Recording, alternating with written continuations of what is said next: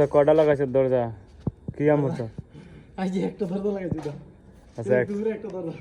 এক দূরে এক দরজা লাগাইছি আমার বাইকনার আজন। কি এক দূরে আর এই কাম করে দেব। তারপরে এইদিকে লাগাইছি, এইদিকে দেখতে পাচ্ছেন এই জানালাটা লাগানো হয়েছে। তারপরে এই দেখেন এইডি লাগানো হয়েছে, এইডি আপনার হাউসে বেড়া লাগানো হয়েছে।